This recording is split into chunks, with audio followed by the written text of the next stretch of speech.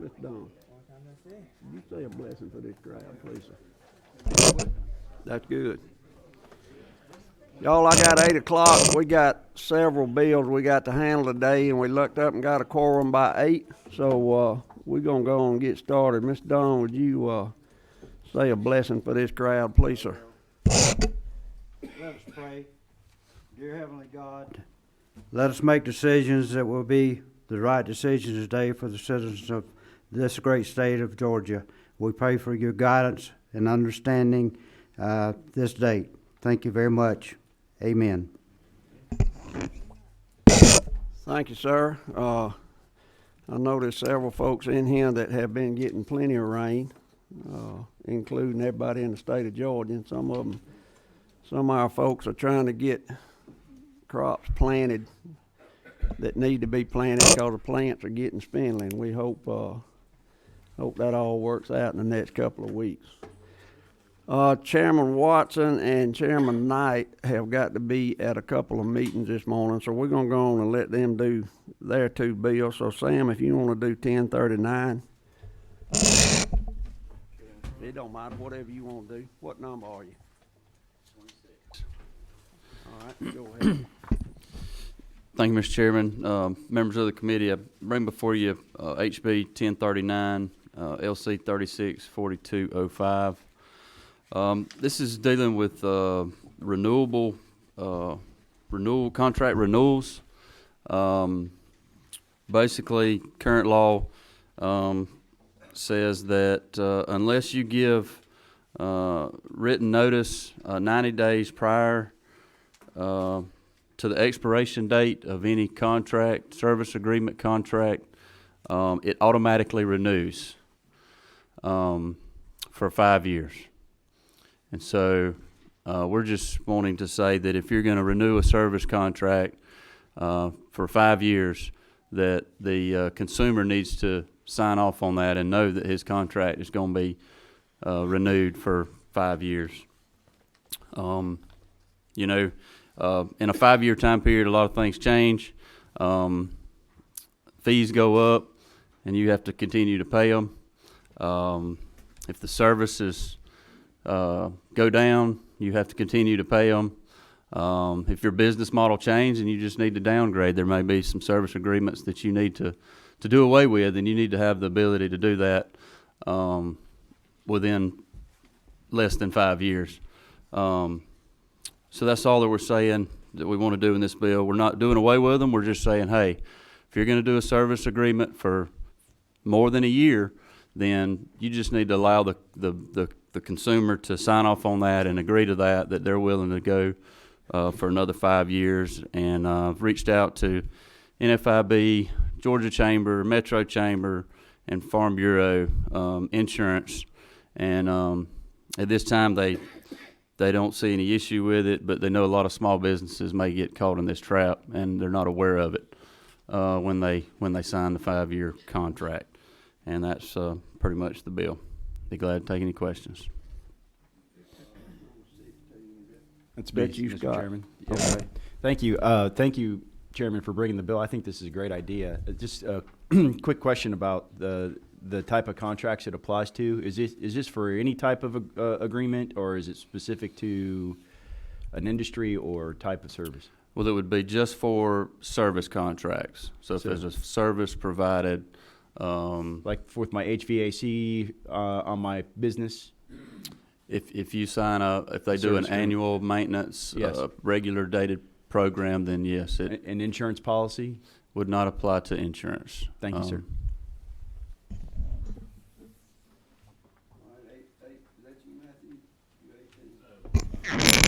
Yes, sir.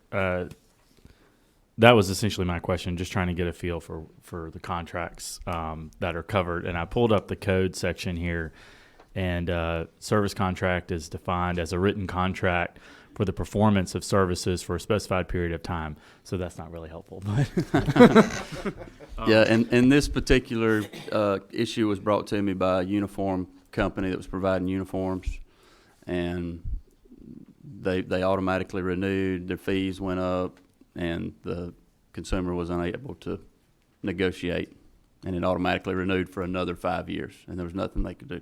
Right. So, and can you just clarify for me what the new process would look like?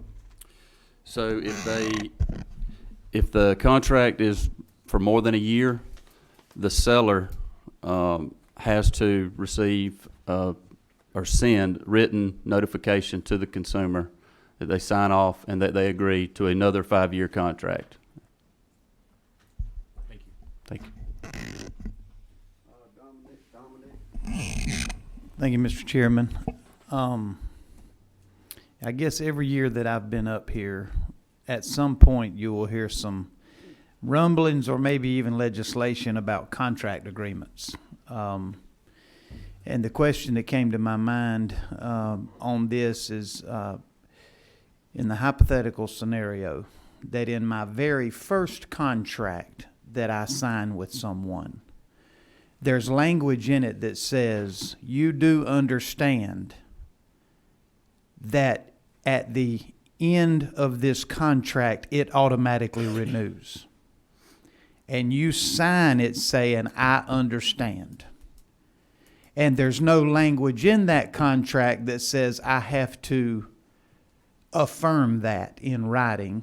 The initial first contract in bold letters says, Dominic, in 5 years, it renews, sign here. And I knowingly sign that.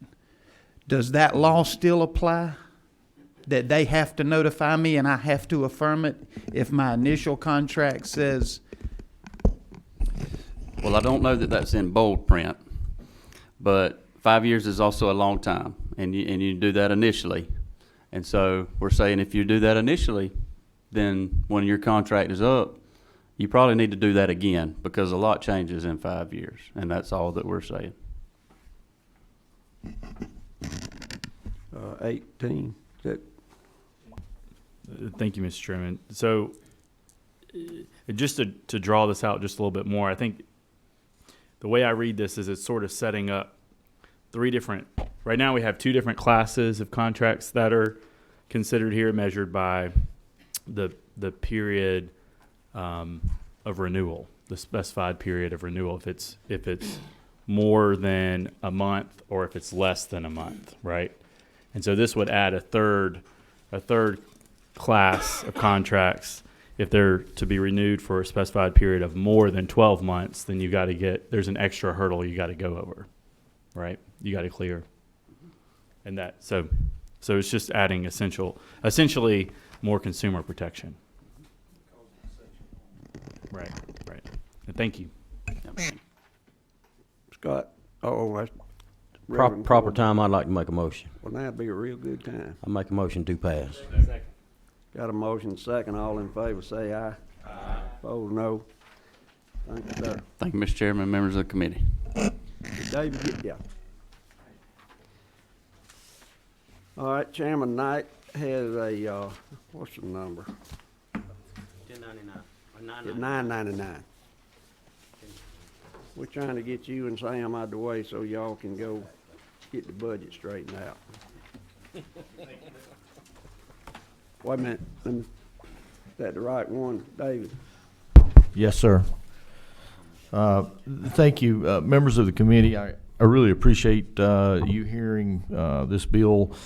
You know, over the years, we've done just resolutions every year, honoring and really recognizing our purebred dogs in Georgia.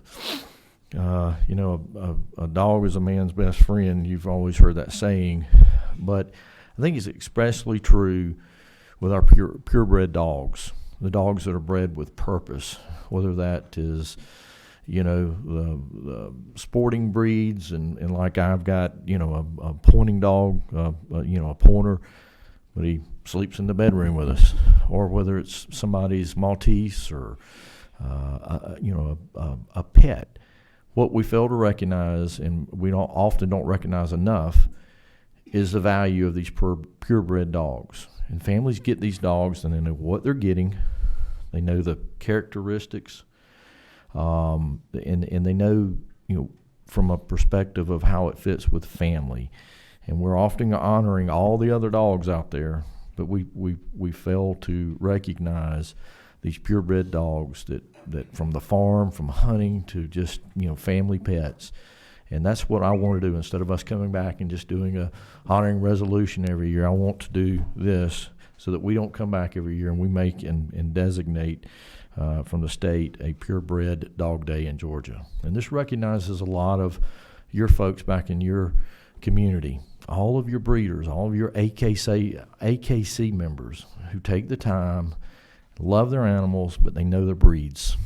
And they're breeding those animals to be the best that they can be at their breeds. And whatever those characteristics are, we know we're getting quality dogs. We know that those dogs come in and they're a valuable member of our families. And, again, from the farm to the hunting to family dogs to even, the dogs that we see in service. They're some of the best. I think it's time that we permanently honor these and recognize purebred dogs. Thank you, Mr. Chairman. Anybody got any questions?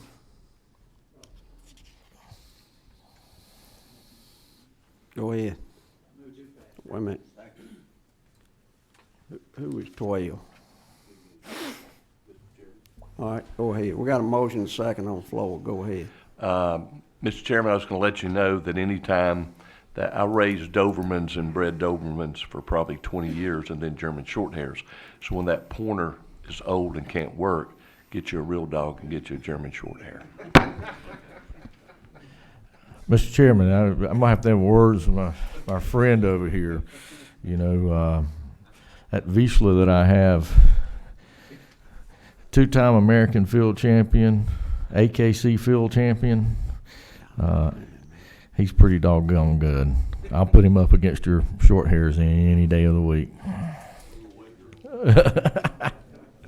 Emery's probably got a rescue feisty go squirrel hunting with. Yeah. But, Dominic.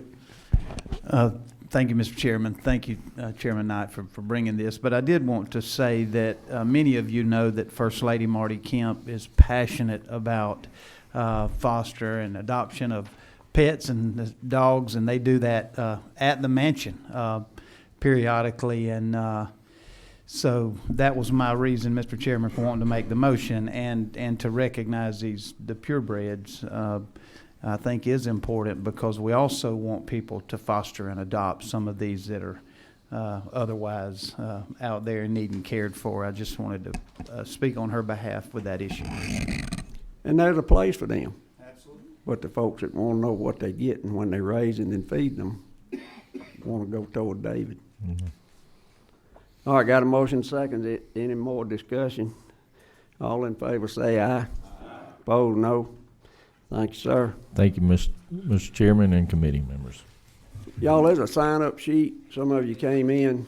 If you want to talk on one of the bills, if you don't mind writing your name down, I'd appreciate it. James, you want to do 690? And y'all, while he's getting ready, I forgot to tell you at the first of the meeting, Steak Biscuit Day is next Wednesday, Cattlemen Association. I don't know what room, it'll probably be 230, 216, something like that, but just in 230. So if y'all want a good steak biscuit at 7 o'clock in the morning next Wednesday, come by 2:30. All right, go ahead, sir. Thank you, Mr. Chairman, committee members, for allowing me to present to you House Bill 690. This is a fairly simple bill. This is actually the first bill I dropped last year. Didn't make it to the floor quite as quickly as the berries did, but it's a simple concept here. If you build an agricultural building in the state of Georgia, you won't have to pay permit fees. Still have to get the permit, still have to get the inspections, but not have to pay the fees. A lot of times these farmers are paying the largest property taxes in your county, And because of that, I don't think it's fair that they have to pay another tax when it's time to build a agricultural building on their farm. Also, in Georgia, the permit fees are not uniform in that you're not paying the same in one county as you are in another. In fact, some counties don't even have fees. So as a matter of just sheer competition, if you're a blueberry farmer in a county that's charging you $12,000 for a packing shed, and you're a blueberry farmer in a county that's not, that's a competitive advantage already for that farmer that's not having to pay those fees. That's just pretty much the essence of the bill. I'll try to answer any questions you have.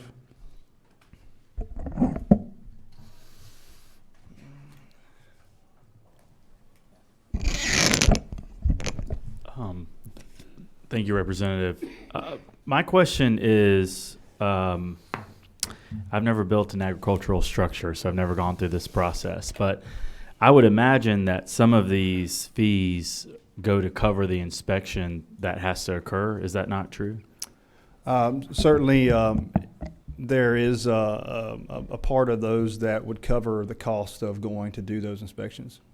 So under this bill, the farmer would still have to get the inspection, but wouldn't be contributing anything to offset the cost of that inspection, right? Well, I would argue that they have already contributed in property taxes. Like I said, you got a 1,000-acre farm, you're paying $15,000 in property tax. So they're paying more than their fair share, and they're not really receiving the services that you would like more in a more densely populated area. You don't have a lot of policing out there on the farm. If it's all agricultural land, you don't have you're going to have some emergent care if you have an emergency, but I feel like they're already paying their fair share in property taxes. Would you be amenable to an amendment that would require the farmer to pay for the inspection? You could get like a private inspection that would suffice? I mean, the whole point of this is to make it easier on farmers, particularly financially. I'd be amendable to a set minimum, and I've had that conversation with ACCG, but it doesn't seem as though that's going to be popular with ACCG either way. Thank you. 29, Jan. Yes. Thank you, Mr. Chairman. And I appreciate our agriculture industry, and it is our #1 industry in the state. So I'd like to do all that we can, but I do have some concerns. I do agree that that this will be subsidized by the taxpayers. And I would say that, homeowner could pose the same argument that, they pay their fair share in taxes, or other businesses, and yet the counties or county, I would say in this case for agriculture, do have to pay employees to come out and actually do the inspection. So there's that.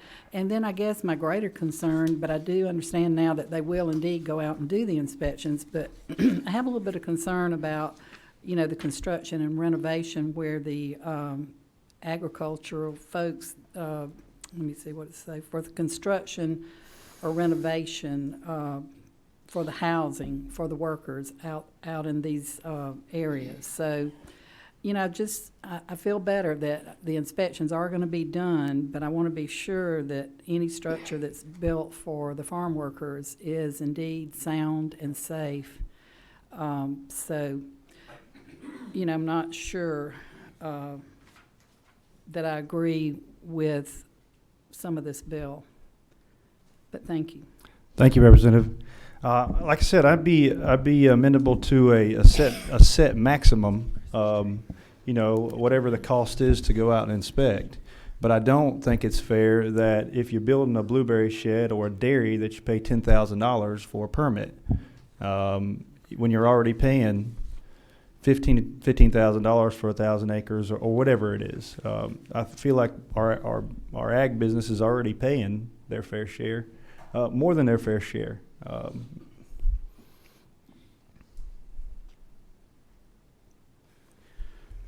All right, y'all, this thing's flashing like a Christmas tree in July.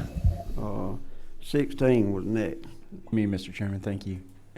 So I understand the spirit of the bill. I just, question is more along the lines of would a county government still be able to establish any type of requirements? Would they still be allowed to disallow, or would they be able through local ordinance place any restrictions on the structure itself, or to the other chairman's point, would they be able to require certain residential standards for the farm workers? Any of that stuff, would local governments still be able to enforce ordinances on the requirements for the structure?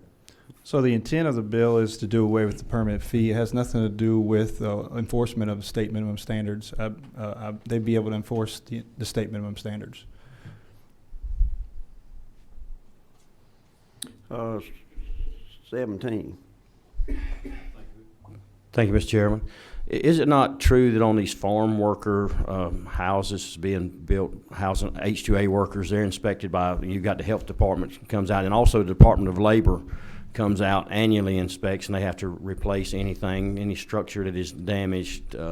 Is that not true? That is true. In fact, the what they term the migrant workers housing is probably one of the most scrutinized piece of construction in agricultural business, from a federal standpoint and a state standpoint.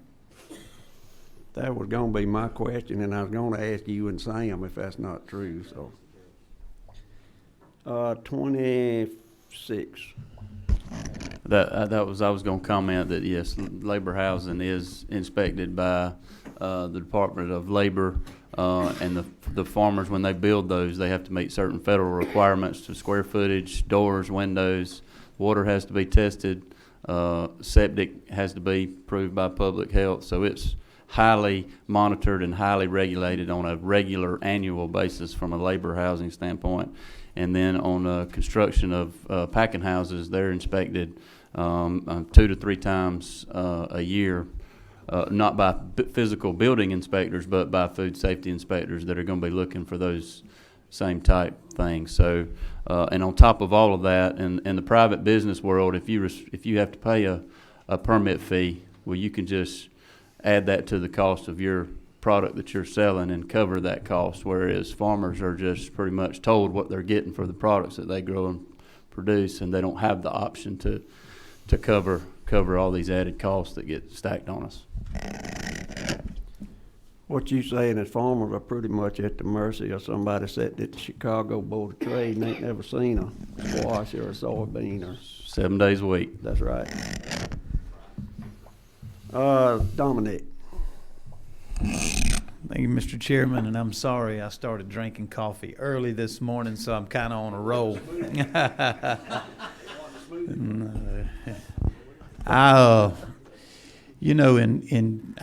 I serve a very rural district, and I know that some of my colleagues from South Georgia more so.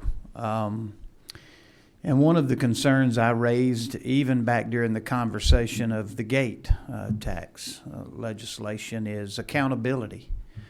When you're standing in line to buy something at Tractor Supply and 2 or 3 people in front of you and one behind you's got a gate card and all of them together ain't got a garden. We've tightened that down, the commissioner, and everybody's worked real hard to tighten down on that. And I just see the potential, at least in this legislation, for every utility building and every shelter to be claimed that it's for agriculture production. And listen, I'm loaded with farmers, and I love them. But inasmuch as we have a responsibility to be fair with all of the taxpayers in this state and all of the taxpayers in our district, I would like to see it tightened up a little bit to at least give some more accountability to the local government to be able to at least say, well, yes, that is for purely for production purposes, not for Rangers and golf carts and bicycles and SUVs. You see what I'm saying?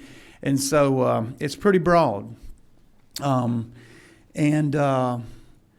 could even foresee the guy that's doing an addition on his house saying, well, I also need me a building right out there, or either vice versa. I'm building me a shelter out there, but I'm also putting new cool decking around my pool. And it just, you really kind of creeping over into a little bit of a gray area where there could be some possible abuse. I'm not saying that everybody would, but this is a tough little area. So I think that's a fair point. I think we've had conversations offline about that in particular. We could tie it to the gate card if you want to, put together a committee substitute of some sort. I don't have a problem with that because I don't want it to be abused. I do want it to target the agricultural industry and the farmers. But that's fair. Correct me if I'm wrong in one of the previous conversations we had about this, but the genesis of this idea was the fact that down in your neck of the woods, say somebody, for example, built a blueberry packing house. The inspection of the building itself was also added to a couple of $1 million worth of equipment on the inside, and the counties were counting the equipment as part of the inspection of the roof and the walls. Is that not correct? And So- that's what you're trying to fix, right? Yes, sir. Yes, sir. So, in the equation in determining what the permit fee is going to be for a building, the counties are allowed to include the total cost of the building. So, for a blueberry packing shed that has $1 million worth of freezing equipment, the total cost of the building is going to be $1 million plus whatever the rest of the building is costing. So, they're going to pay for all the equipment that's in the building and the square footage of the building. And like I said, in one county they may be doing it, in another county they may not have a permit fee whatsoever. And the county doesn't have anything to do with the equipment that's in the particular building that they are inspecting. Correct. All right, 19, who is that? That's Miss Susan, okay. Without going into a whole lot of detail and quoting a lot of statistics, I just want to say this, that farmers all over this state are having a tough time. Is there any way that we can give them any kind of little boost? And I'm all in favor of it. Thank you for bringing this. Thank you. That really is the genesis. Is I think anytime we can give them a leg up, then we should give them a leg up. I mean, the number one industry in the state, they already have a hard time. They're paying, one of the only industries that I know of that pays retail for everything and sells everything at wholesale. It's getting tougher and tougher for the farmers in South Georgia and rural Georgia, in the United States, frankly. So this is just an idea to try and help them out. Winfrey? Yes.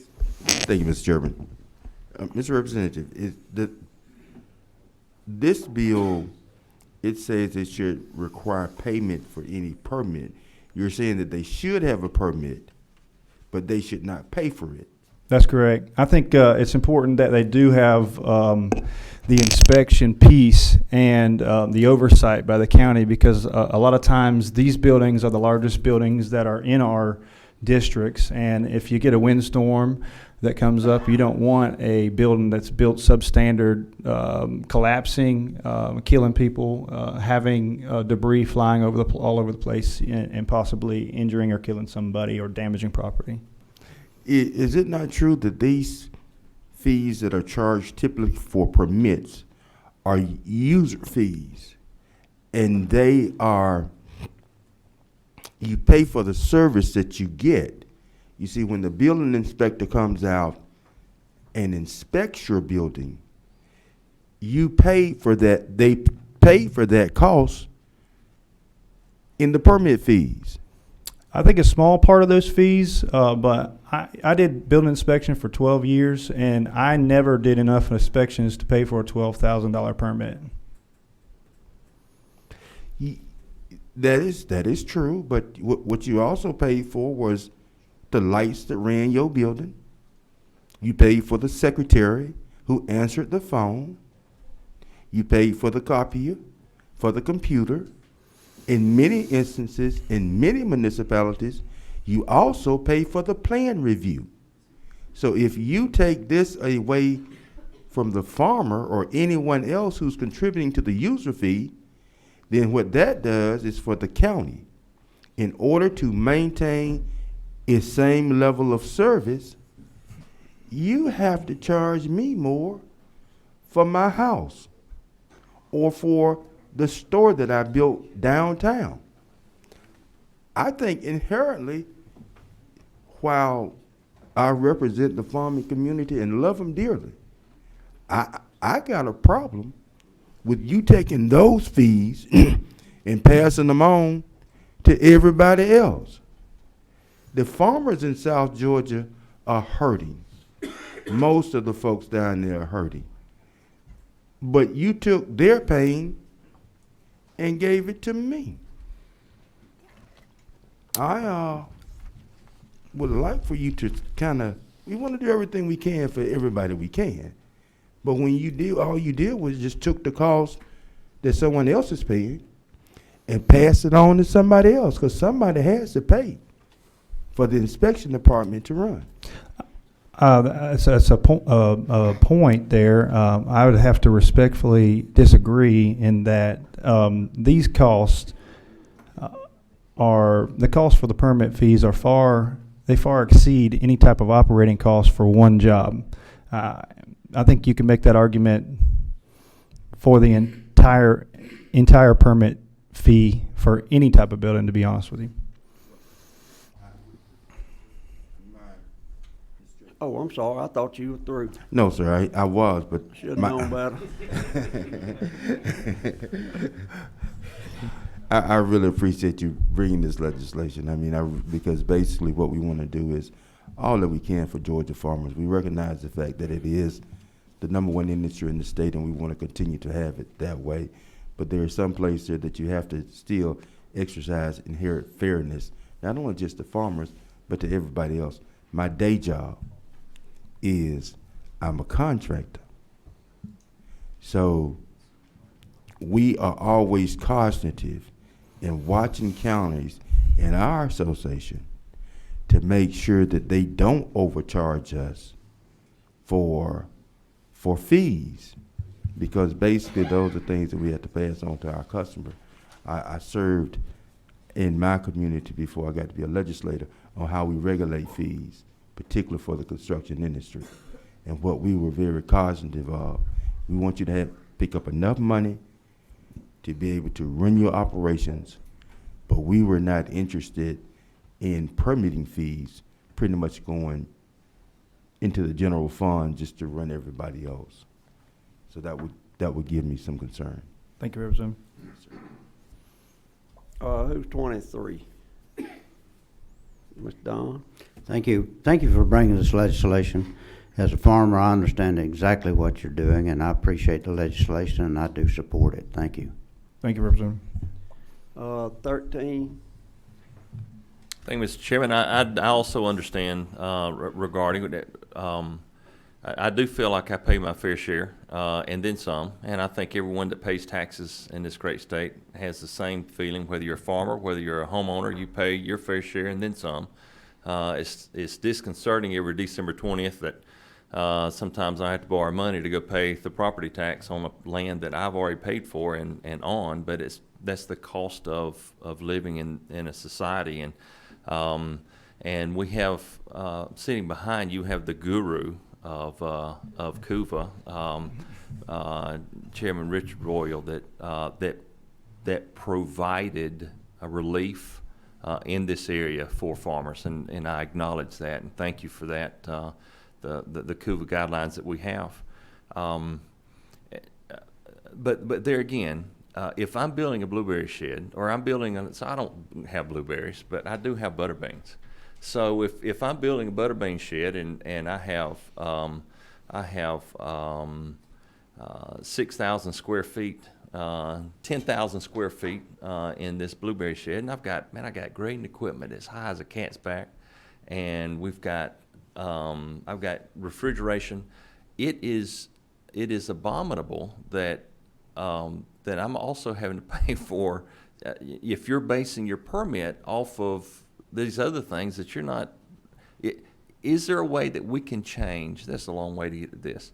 Is there a way that we could change and modify the language in your bill that no county municipal government shall require payment of any fee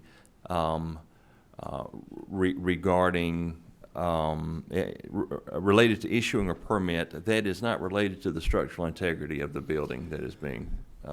I think we could do what you're talking about. It would probably be better addressed. Would that be a compromise you would think that you would be willing to look at? Yeah, I would certainly be willing to look at. Todd from ACCG, he and I have talked about this bill, and he brought to my attention. I think he's probably opposed to this bill. I imagine that he is. But he and I spoke about the bill, and he brought to my attention the code section that outlines the ways in which a county can assess the building permit fee. And I think to address the problem you're talking about, we could do some revisions to that code section to disallow any type of permit fee to include specialty equipment. But the reason I think that it is in there is because they are part of the systems of the building. And we may have some issues in trying to draft a workable equation, because while it is, let's say, the freezing equipment, that's part of the HVAC systems of the building. These are not the only permits that you have to get in a building. You get a building permit for the construction, then you got to get an electrical permit, then you got to get a HVAC permit, and so I'd be open and amenable to trying fixing this issue through that type of Thank you. Process. Todd, did you want to say something? Yes, please, Mr. Chairman. All right. Is this fine? See, that and on. Thank you, Mr. Chairman, members of the committee. I'm Todd Edwards with the Association of County Commissioners of Georgia. I thank Mr. Microchipped for working with us, or at least discussing the bill with us. It is safe to say that we have some serious concerns with this bill. I mean, obviously, nobody likes to pay taxes. Nobody likes to pay fees. But if local governments are providing a service, this inspection, then we believe a fee is a good way to pay for it. If they get the service, they don't pay a fee, taxpayers would be subsidizing it. There was operations before about everyone paying their fair share. I think the taxpayers would argue that they're paying it as well. A good solution, Mr. Chairman, and I'm not just here to say no, I don't like to do that at ACCG, but a couple of years ago, you all worked on a bill that defined a farm building or structure. I believe it was Representative Rick Jaspers, perhaps 5 years ago, that exempted these buildings from getting permits altogether. I would look at perhaps broadening the definition of that, because quite frankly, if we don't have to provide the inspection or the permit, we wouldn't pay a fee. The owner of the building or structure would take on the liability. Taxpayers, local governments would not. The consequences would be borne by the owner, but get them out of the inspection business altogether. That's our position in short, is that if we're providing it, then we're going to charge for it. Otherwise, it subsidizes, and the solution is just to exempt them from inspections altogether. The representative or the sponsor of the bill did mention the code, and we are very restricted on the fees that we can charge for permitting these buildings and other buildings in Georgia. And there's 4 ways or 5 ways that we can do it. A flat fee for each business, a flat fee for each type of permit, an hourly rate of the inspectors, and then there's the number of square feet of construction. And there's 2 more, but I don't know that they would apply in this case. But again, we're limited, and the fees we charge are for performing that service. I doubt it would be a moneymaker for local governments. In fact, the way that you all, the General Assembly, in statute, have structured this is that it's not a moneymaker, a profitable business for county governments, and that's the way fees should be. Again, those receiving the service should pay for it, otherwise it's going to be subsidized. And if you want a solution to this, exempt them from permits altogether. I think that's a win-win for all parties involved. With that, Mr. Chairman, I'm happy to answer any questions. I don't see any. 16 was flashing. 29. Is that you, Emer? Oh, no, Jan, okay. Mr. Chairman, I don't have a question for Todd, but I'm just wondering if this committee would entertain an idea to table this bill and give Representative Burchett a chance to review some of these proposed amendments. I don't want us to make a hasty decision this morning to do an amendment, or I don't particularly, as I said, want to vote no, but I would like to see if we could briefly explore some of the options that have been made known to us this morning and come back as quickly as possible with a substitute. Or are you making that a motion? I would like to make that a motion. All right, we've got a motion to table and a second. Is that right? And just for everybody's information, we can call an ag meeting, and we probably will call an ag meeting on a day other than Wednesday, because we got a couple more things we got to do before day 28. So anyway, there's a motion to table, not to a time certain, but till we get it worked out, right? Right. All right, all in favor say aye. Aye. Opposed, no. Okay, can you Thank you, Mr. work- Chairman. I need to make one can you- correction. I referred to the chairwoman as representative, and I apologize. No problem. Don, you had a question. Hang Yeah, on I'd a just minute. like to ask one question. Do not farmers pay taxes on these buildings? Yes, sir. They Thank do. you.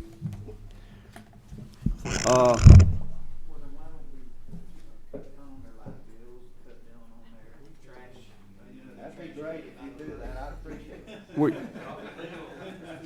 Were you and Clay and Todd get together and try to get us something to work with? Because I think everybody's okay with what you want to do. We just got to get it. Yeah, well, those are all good comments, and I think that we can come out with a workable solution. I just need a little more work on it. And I got no problem with what Todd talking about. Just Well, it's already in law. I'm sorry. no, go. Just ask him. This is, I alluded to it when I spoke earlier. My fear is that if we just entirely do away with the inspection process, then you have a substandard building, and then we have issues with safety and public safety, and that makes me apprehensive about just saying no inspection, no permit required.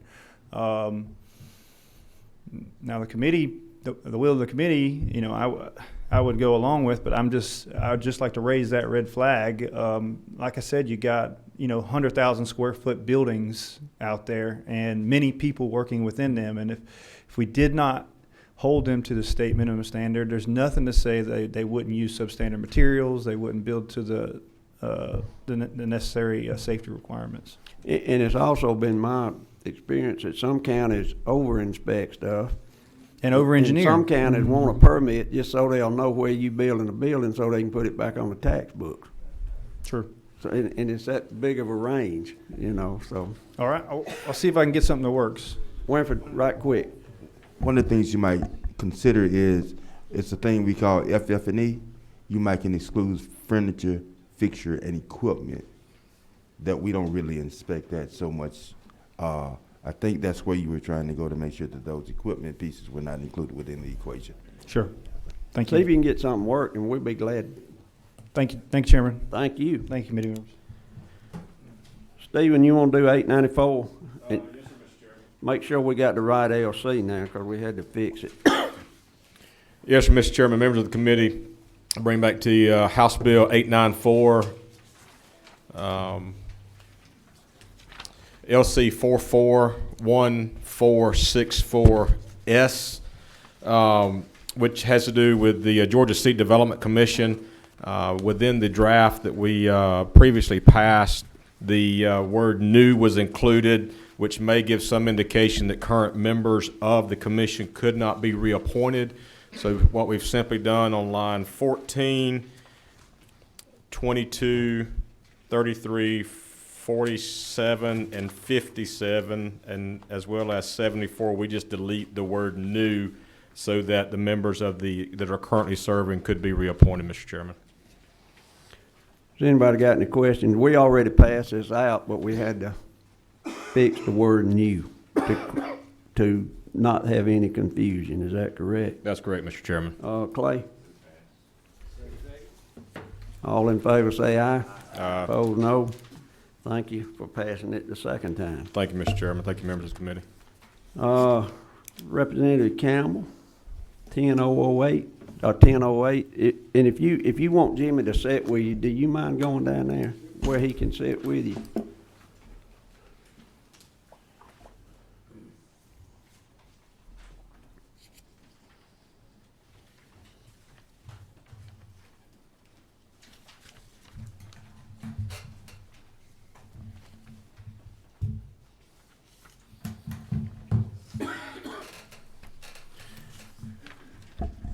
Thank you, Chairman McCall and committee. I'm bringing the House Bill 1008, LC 392508. And Jimmy Cotty is with me, who's a GMHA, Georgia Manufactured Housing Association, with me today. This is a simple bill changing the definition of a residential industrial building, or what is better known as a modular home. These homes are built off-site and transported to the site and pieced together, similar to a traditional manufactured home. However, while manufactured homes are built to a HUD standard, a modular home is built to the International Residential Code standard, the same as any site of a stick building, as they call it. Also, a modular home must be permanently affixed to a load-bearing foundation. A manufacturing home does not. The need for this bill is largely driven by a logistical challenge in that a crane is required to set a modular home. However, there has been demand for this product in areas where the buyer cannot get a crane, such as in the mountains, thus eliminating modular homes as a choice for these consumers. All this legislation does is say that as a consumer, you have the choice or an option. It gives the consumer an option to leave your modular home on the frame. It will still have to be permanently affixed to a load-bearing foundation. There are several ancillary benefits. You will not have to rent a crane to set the home, saving the consumer money. The steel framing that will provide extra reinforcement to its flooring system. It opens up additional financing option for the purchaser. Neighboring states, North Carolina, South Carolina, and Florida, have this option for their consumers now. It opens up areas for consumers presently cannot utilize a modular home now. So I would appreciate your favorable consideration on this bill. Dominic, are you too? I am, Mr. Chairman. So if you want to get folks' attention up here in the Capitol or in these committee rooms, you change a shall to a may, and you'll start getting some attention. So I think I understand this, that the setup requirements are still the exact same. Same. That does not change because I see that it says that it shall be affixed to a permanent foundation. Right. And the other thing that I would ask you on this is that when you talk about leaving a steel frame under there, this is an industrial residential building is built to a much higher standard of construction than what might have been a manufactured housing or whatever. This Correct. does not change any of that. Right. Thank you. It also still has the local ordinance. Whatever the local ordinance is in that community stays the same. I mean, Jimmy, did you want to make a comment? Thank you, Mr. Chairman, members of the committee. Jimmy Cotty with the Georgia Manufactured Housing Association. I want to thank Representative Campbell for working with us on this bill. And like you said, this bill is really just all about consumer choice. Manufactured housing manufacturers in Georgia, this is a product they build, and it hits kind of a price point. It sort of fills a gap for the consumer where a traditional manufactured home might be priced at this level and a site-built home might be up here. This sort of fills that gap. It gives the consumer a home built to this level but priced closer to this level. And as Representative Campbell noted, really logistical challenges have driven this. There are people that have wanted to buy these, and place them in areas where really they can't get a crane to, and it eliminates it as an option for them. So thank you for your consideration of this bill. Thank you, sir. Winfred? Mr. Chairman, at the proper time, I'd like to be recognized for a motion. Okay, I got two people flashing here. Hang on just a second, please. 23, Don? All right. Stephen, are you 24? Yes, sir, I am, Mr. Chairman. I just have a quick question, Mr. Chairman. Representative Campbell, thanks for bringing this bill. Obviously, across rural Georgia, there's quite some individuals that bring some great ideas for housing, and one of those is shipping containers. Would converting a shipping container to housing qualify as industrial residential buildings?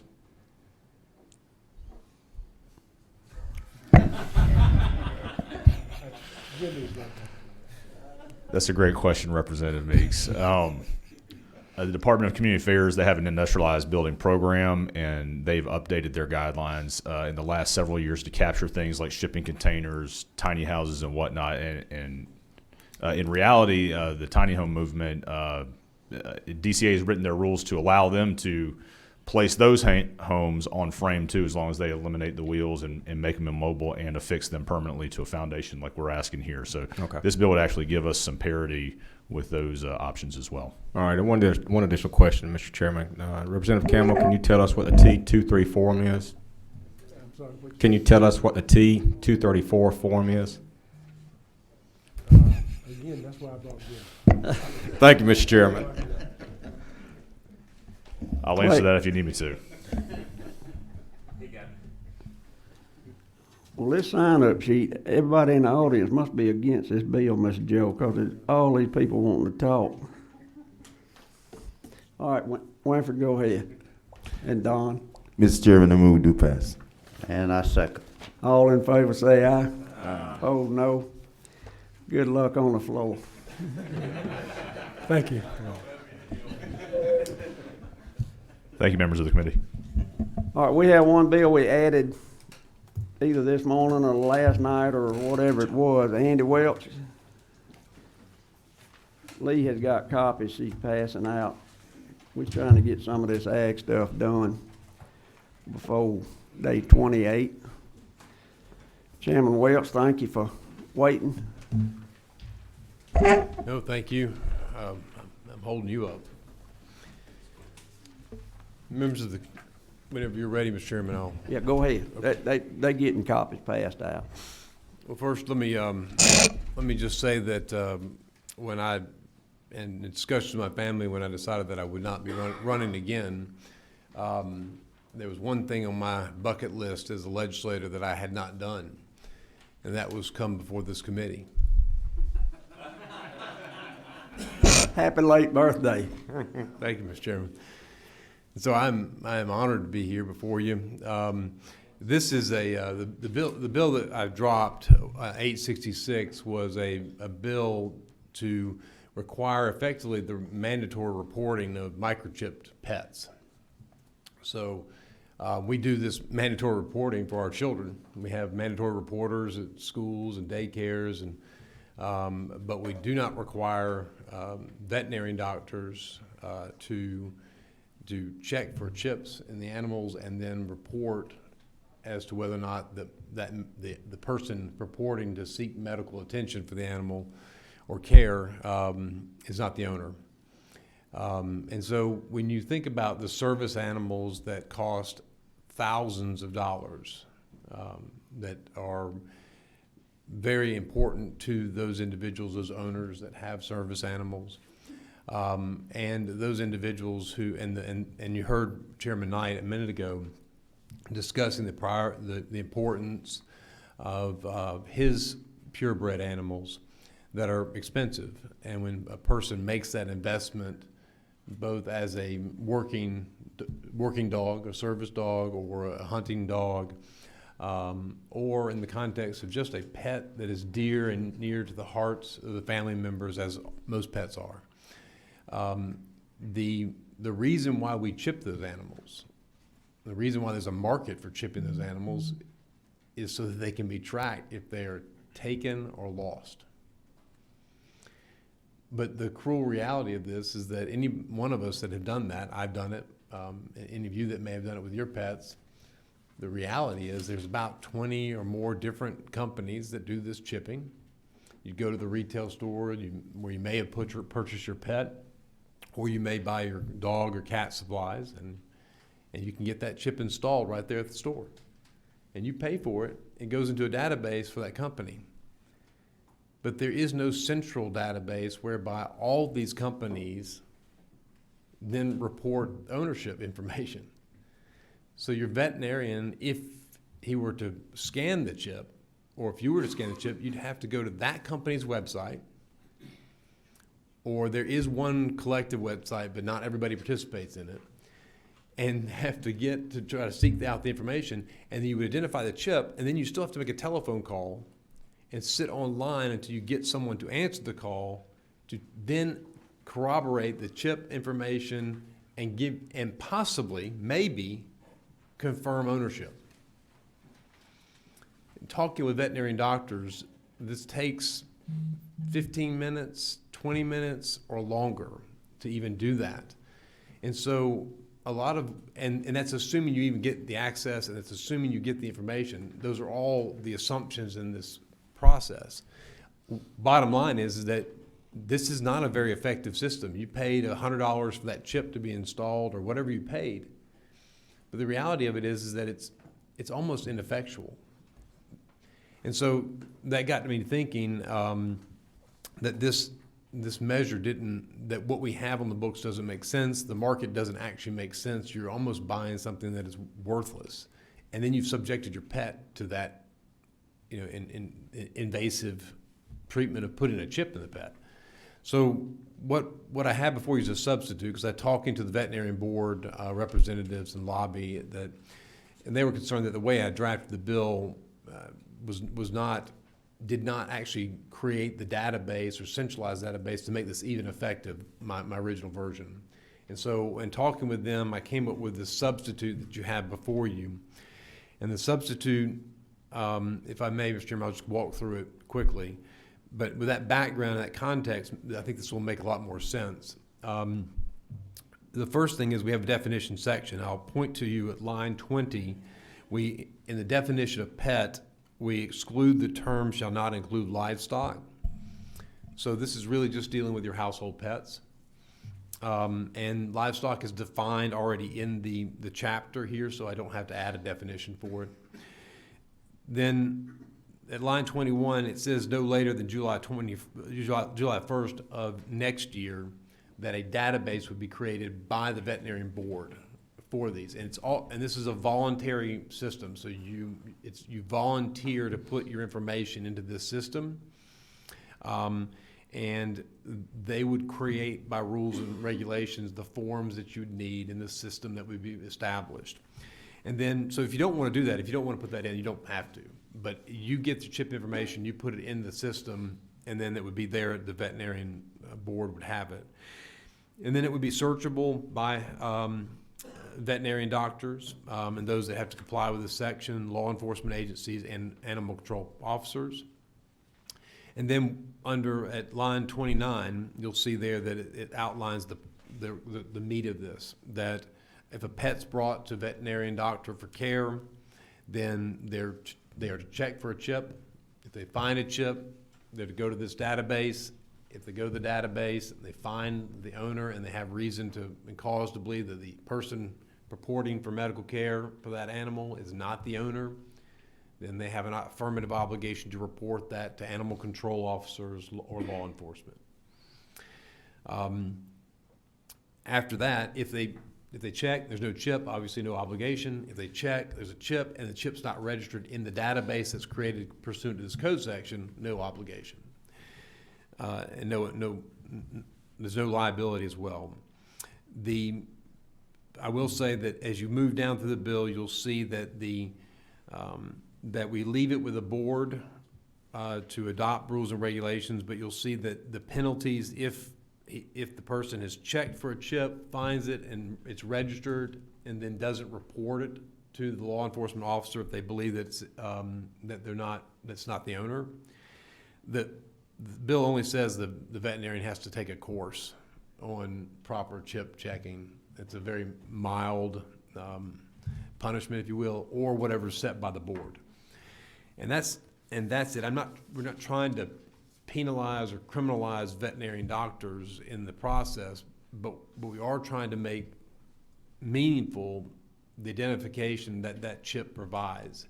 And so that those people with service animals or expensive purebred animals can retrieve their animals if they've been lost, meaningfully actually get them back, or if they're stolen. And the theft of these animals is growing, as these animals are purebred. They're used for mass breeding. They can be used, stolen for dog fights. And so there's an incentive, if you will, to do it, and the chips don't block it because there's no meaningful enforcement mechanism. So with that, Mr. Chairman, that sums up the bill and the substitute that you have before you. All of this would be effectively voluntary, because it's only those that want to submit to the board their pet's information, their chip information, would it even have any meaningful effect. It doesn't impact anyone unless they've registered with the board their pet. That's the nature of the bill. I do have just a few clarifications in drafting this to get it to you this morning. I have two language amendments that I would like to propose to you at line 36 and at line 5354. Okay, I got a couple of questions. Scott? Yes, sir. Thank you, Mr. Chairman, for bringing the bill. When I adopted I don't have a purebred dog. I adopted a dog out of the Paulding County Animal Shelter way back when, one of the best dog I've ever had in my life. And they chipped him at that time. Mm-hmm. And about a year later, I get an email, and they said, hey, pay $40 for your annual fee. It's time to renew. And it was almost like, it's not quite extortion, but it rises to that level because, Jack is now one of our kids. Yes. And if I wanted, so now I have to pay a yearly annual fee. Would I be able to take my dog to the vet, scan the information, that code that is unique to his chip, and then take what is now an annual fee and voluntarily register that, so that any veterinarian would be able to see, they wouldn't have to log into this specific company's website. I wouldn't have to pay an annual fee to this company anymore? I don't know the answer to that question, because I don't know if there is a way that deactivates the chip, or I doubt it does. I imagine it's just it's an RFID tag. That's going to always be there. I would suspect that this would be a workaround that particular fee payment. Thank you. Clay? That's not intended, just so everybody's, I'm not intended to do that, but Chairman Welch, I am significantly more comfortable with a question and answer question with me on this side and you on that side, and still I'm a little uncomfortable. I have a concern. Like Scott, I have a dog that is not of noble character, and does not have a chip. So I'm unsure. So all of this law, this additional language that's underlined, makes the assumption that every veterinarian has a chip reader. Is that, is it like a stethoscope? They all got one, and is it the same across different companies that different companies have? I have no idea, because that's, my dog gets fed and, loved on by my wife, but that's about the extent of it. So I'm not sure if you can answer that for me. no, I can't say that all vets have a chip reader.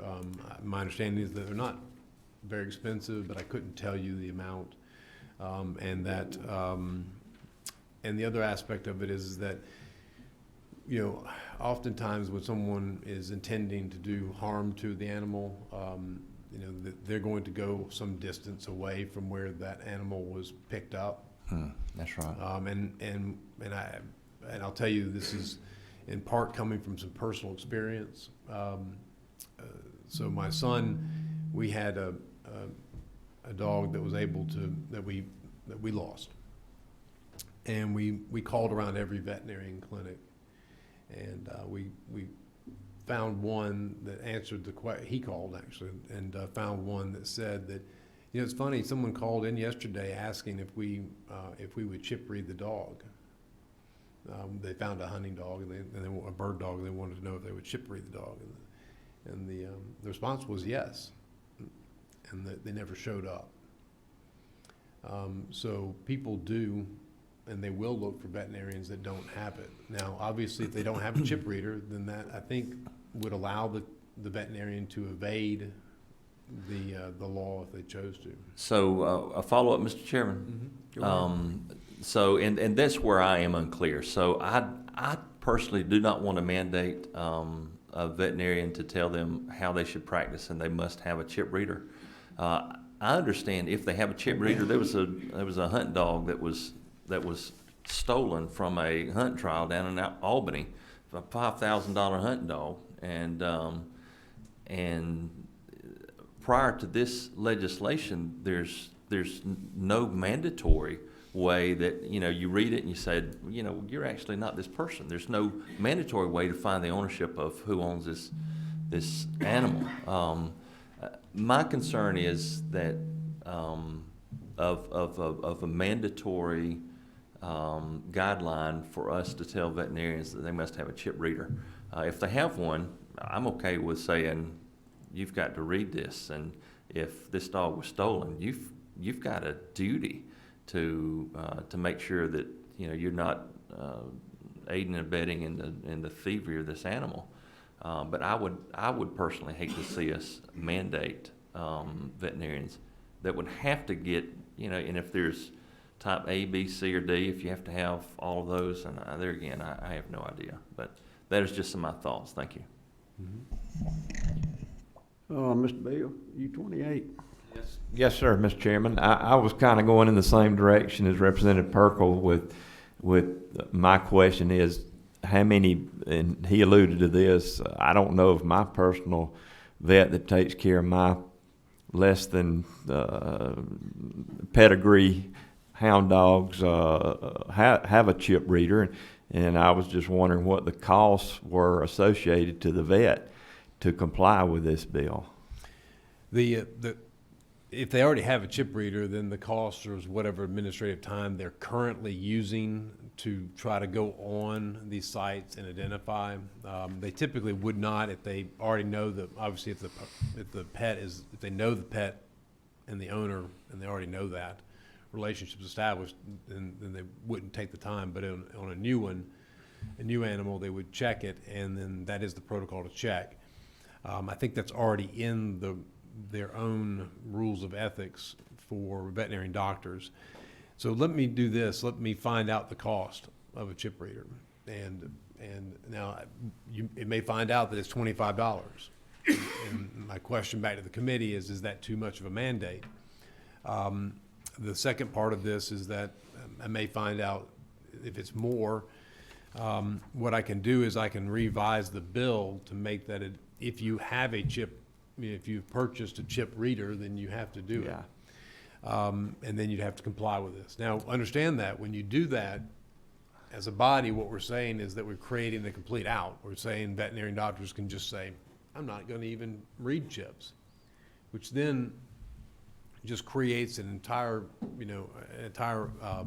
hole in any of the enforcement of this to render it possibly meaningless. So, I mean, that's because then that's what I'm going to say if I'm a vet and something happens. Now, I did put in here that there is no liability for the veterinary doctor if they comply. So if they do the chip read, they check the database and they report, there's nothing there. They've done all that they would normally do, and this is what they're doing currently anyway.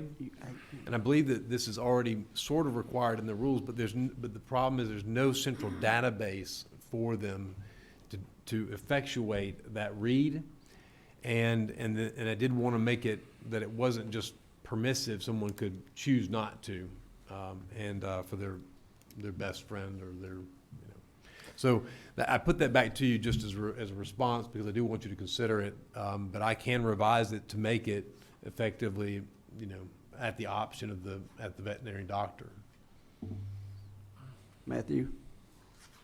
Thank you, Mr. Chairman. Chairman Welch, when you're looking into that, another thing that you might also look into is, I think a number of the chip providers will give the veterinarians a chip reader because it, like you said, it is relatively inexpensive to get them, to sort of buy into the system more or less. Yeah. So that may also be something that you discover, and that may affect, the widespread availability of them. Mr. Chairman, what I'll do is, I'll continue to answer the questions, obviously, but I'm open to making these revisions. And then you said you perhaps would have another meeting before crossover, so I can probably get those revisions made and then bring those back to you. Clay? I'm going to waive off at this time with the chairman's commitment to do that. Thank you. Dominic?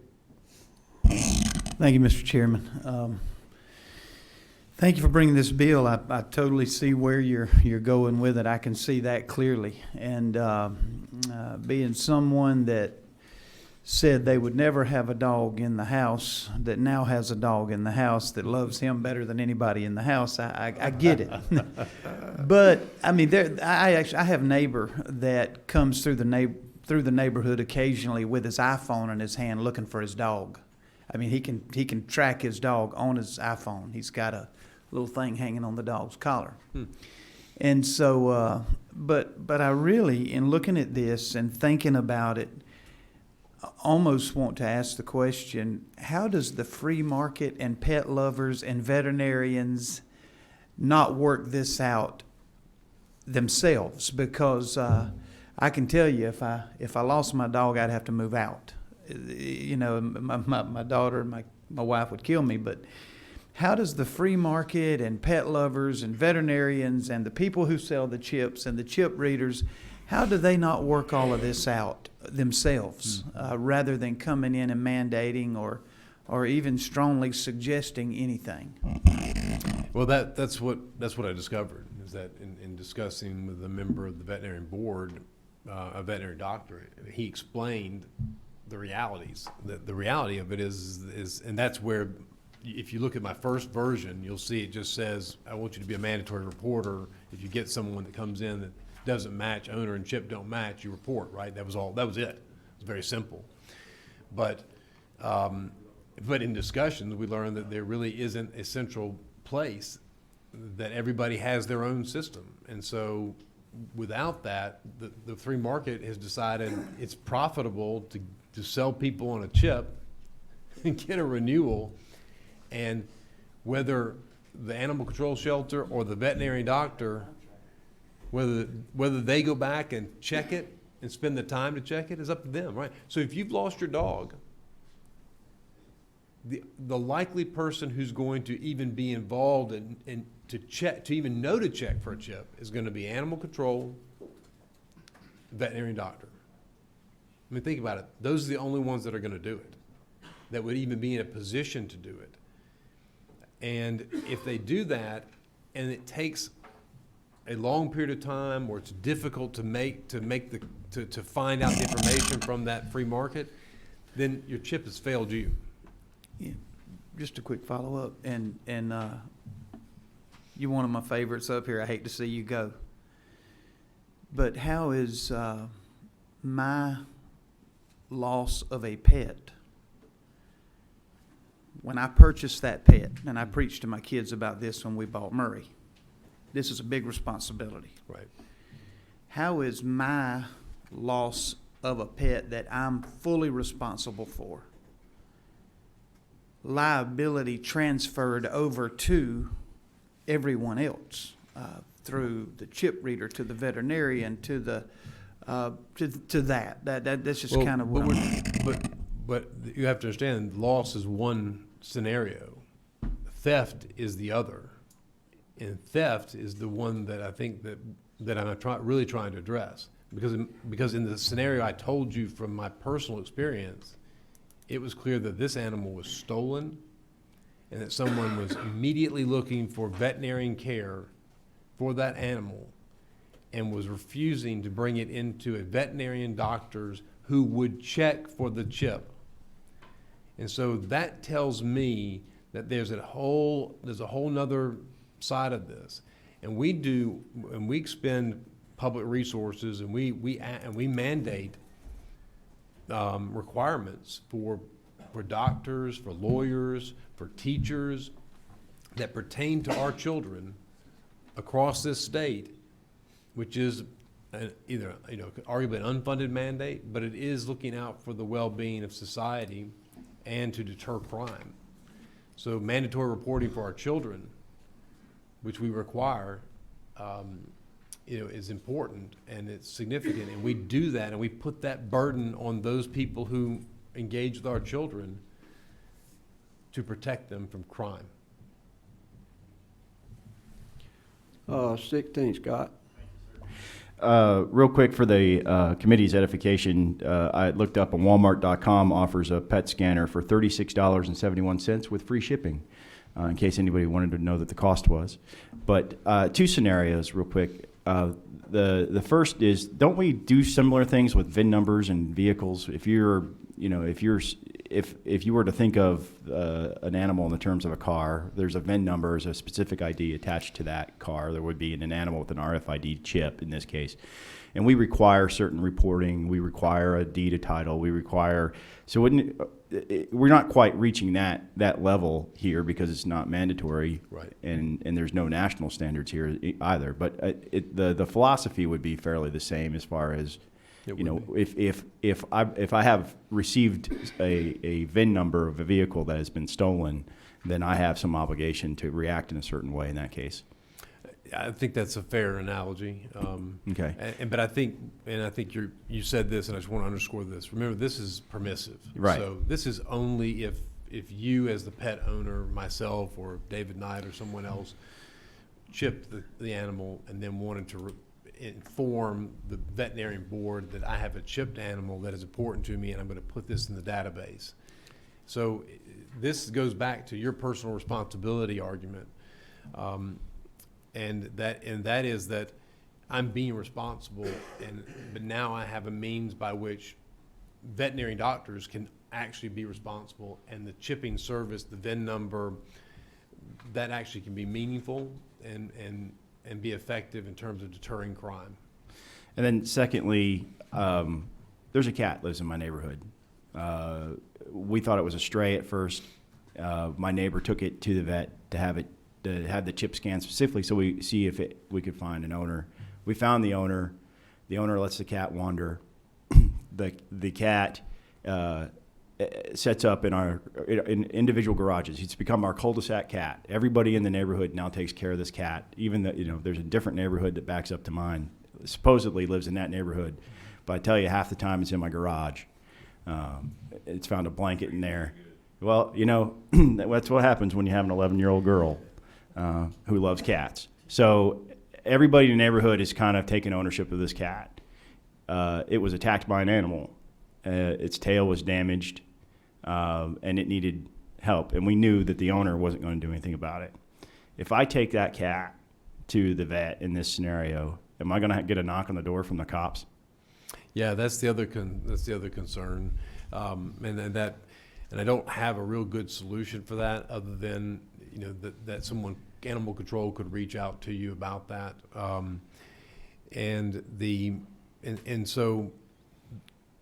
so there is that possibility. But obviously, in that statement, you would say, "Well, this isn't my cat. I'm not trying to steal the cat. I took it in for care, and therefore, I don't think there would be any prosecution of you for it. I don't think there would be any crime because there's intent for you to steal the animal. But there could be some of that, and I recognize that. But yeah, I think that's a valid point. Again, it is a policy shift. Clearly, that's what the bill does, and I believe it with the hands of the committee. But I will commit to the committee to go make the revisions that make it a non-mandatory situation for a veterinarian to have the scanning equipment, but if they do have it, then I think they should use it. And so I can work on that part of it. And perhaps there's a tweak or two that I can make that, we want to leave rulemaking to this. So my intention for that part was so that the veterinary board would create the form that would say that Andy's the owner, but his wife and children are also, noted on this database as being other people that would have control over the animal, if that makes sense. And typically your local vet's going to know, they already pretty much know their pets and owners together.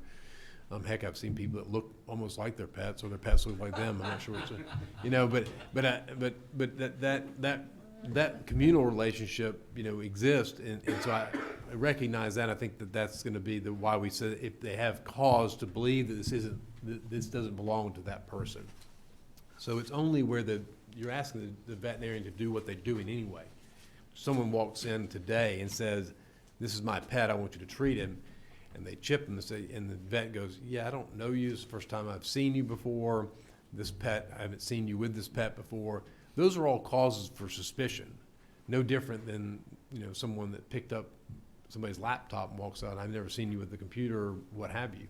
So that they're doing already, and so that this would just provide that centralized database to make it easier for them to check. Would you be amenable to adding some sort of Good Samaritan protection for the person who Sure. in our scenario? Yeah, Thank that'd be you. fine. I'll make a note of it. That could go along the same line as a dog getting run over and you picking him up and taking to the vet. And That's right. That's exactly right. one of the running conversations that the dog shows at Perry is that the dogs and the owners look alike. And if you pay attention, they do. Ken? Yeah, real quick. We have one of those cats too, Representative Turner, that just showed up 8 years ago, and it's still there. It was there this morning when I left. But my only concern again was we had this little hot dog a long time ago when my kids were younger, and it barked and bit and did all that stuff. And we finally found a better couple to take our little puppy from us. Yes. And I just worried about how does change of ownership occur with the chips, and if the new family takes that dog to the veterinarian, or is there not someone at some point that's going to knock on the door and say, "This chip is not registered to you," and prove that you are the rightful owner? That's already the situation as we are right now.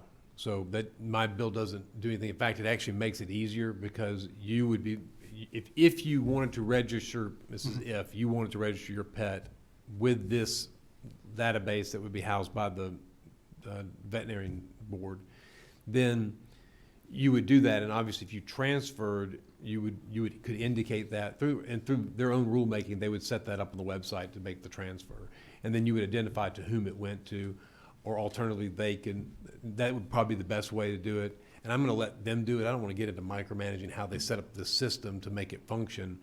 But currently, if your dog had that chip and you made that transfer and you never followed up, well, that's between the two of you and how that impacts the sale of that animal. I guess my question was, when that new person takes the dog to the vet, that chip is not going to show up as registered to that new owner. That's what I'm saying. So that transaction at that point is going to get reported to the authorities, if I'm understanding this correctly. If you have registered the pet with this database that the bill would create, right, and you have also failed to notify them, then yes. But this is voluntary. You're making that decision. I would presume that you would also make the decision to remove your name from that particular chip identification. I guess I don't know how many people understand all the laws we pass up here every year. So I guess I'm concerned that how would we tell 10.5 million Georgians when you register, this is the new process for changing ownership? Simply, when you make the decision to register online, it will say that if you transfer, then you need to transfer ownership, then you'll need to change this. So we're talking about Georgians who want to be responsible with their pets. Oh, yeah. And so those are the individuals that are going to make that decision. And I can't make them think. I'm sorry, but. Winfrey, real quick. We got one more little bill. At the proper time, Mr. Chairman, I'd like to make a motion. To do what? Oh, to pay, do pass. To do what? Well, and I appreciate the gentleman's motion, but let me, I think I've got some instructions from some of the members that I think if I could, I'm gonna put a Good Samaritan exception in there. And I'm gonna try to address that mandate issue that, so if I can make a few changes before, but I'm happy for your motion. I'm excited. I'm thrilled. And I'm grateful. I want what you want. And if you would, I'm gonna make it right. I'm gonna make it right for the committee. Yes. If we ain't gonna table it, we're just gonna let you fix it Yes, and sir. bring it back. Is that, you understand kind of what everybody wants? Is that okay? Also, real quick, that when you first did this, the livestock people got a little heartburn Yes, because sir. of all this traceability and everything that's going on. And on line 20, you put in, such terms shall not include livestock. I did, yes, sir. And there's already a definition in the code of what livestock is, and Yes, it goes on telling you what livestock is, but it also says does not include animals, commonly regarded as domestic pets or companion animals. So what you are specifically talking about is a dog or a cat or a monkey or whatever, you know, but, Yes, I guess I am talking about. so Wow. it specifically, it specifically excludes livestock, so those people don't have any heartburn. Yes. But if you will kind of conglomerate what you heard today, and we'll get this done. I appreciate everyone's participation and the comments and questions that you've all had for me. I do sincerely appreciate it. And I'll work on it and have your revision. Thank you, sir. Thank you. One more little, it's a encouraging resolution. It's 1164. The federal government has given agriculture haulers until October the 31st exemptions as far as ELDs go. And all 1164 does is encourage Georgia Department of Public Safety to pay attention to what the federal government says when it comes to hauling livestock or produce, anything like that. You can't load cows in Camilla, Georgia, and get them to Oklahoma and come up under the ELD rules. So that's why they did that. The most dangerous thing to livestock is loading and unloading, and then all of y'all that grow produce can't get it to New York without having to stop. So all this does is encourage the Georgia Department of Public Safety, which they have been stopping some cow haulers under ELD rules, to follow the federal guidelines and the federal exemptions all the way through at least October, which is where they are, and I guess the federal government's trying to get the exemptions worked out for ag products. Scott? Mr. Chairman, can we add hemp to this too? Can we add what? Hemp's got we got to get hemp passed first. That's what. Clay. Mr. Chairman, I thank you for bringing this bill, and if nothing more than shedding light to let the Department of Public Safety know the requirements, the federal requirements, and just encouraging them to look and see. It is a safety issue, and at the proper moment, I'd like to make a motion to do pass. Let me catch 26. Thank you, Mr. Chairman. I was just going to comment on behalf of public safety, just because I'm excited about it. I reached out to them and asked them to come to my district and do a young farmer meeting, and they're going to come talk about the MAP 21 program, and they're going to South Georgia on Friday, and we're excited about having them there just to meet with our farmers, and they're going to educate the farmers, and the farmers are probably going to educate them. So we're excited about them being there and their willingness to do that, and to try to make sure everybody's doing what they're supposed to do to be safe. I just got informed by the boss that I can't do this. So what's your number?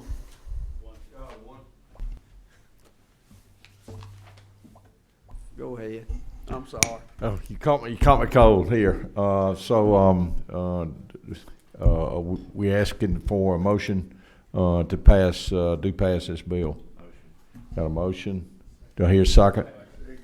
Got a second. Any other comments? All in favor say aye. Opposed, like sign. Motion passes.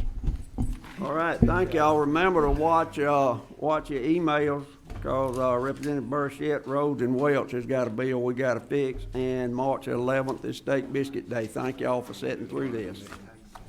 Oh, God. Hang on. Wait. I need at least 8 people.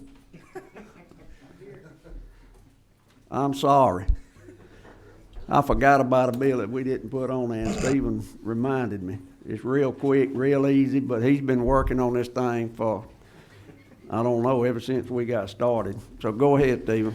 Thank you, Mr. Chairman and members of the committee. I'll be brief. This is a commodity commission for wine and grapes that is concurrent and within the law of the other commodity commissions that we have created for other commodities grown in Georgia. It allows the ex officios to appoint the members. 3 of the members will be appointed by North, Central, and Southern regions, and then 2 additional members to the commission. So it all falls within the guidelines of other commodity commissions. It'll be a 3-year commission with 3-year terms that are staggered. So essentially, Mr. Chairman, that's the bill. And the wine and grape people brought this, wanting it. That is correct. And Carla is here today if she has a moment at your recognition. I'm sorry. Go. Mr. Chairman, I'm sorry I didn't have a chance to sign up before the sheet got here, but yes, our Georgia Wine Producers supports this bill. We've worked with Representative Meeks to get this done, and we're very excited to take that next step that other states take with their wine and grape associations. Does anybody have any questions? That's for Dominic. I'll leave that up to the individual producers. But in all seriousness, wine and grape business is a growing industry in the state, and we're proud of it. So this is a commission that the growers want. We want to see a better connection with Department of Ag and working with you all and making sure that we're doing the right thing. Robert? I just wanted to make the comment also, our commodity commissions are working well, and it is a good avenue to work with the department and this great growing industry, and I'd make a motion to pass at proper time. Got a motion second. All in favor say aye. And I apologize for forgetting it. Thank you, Mr. Chairman.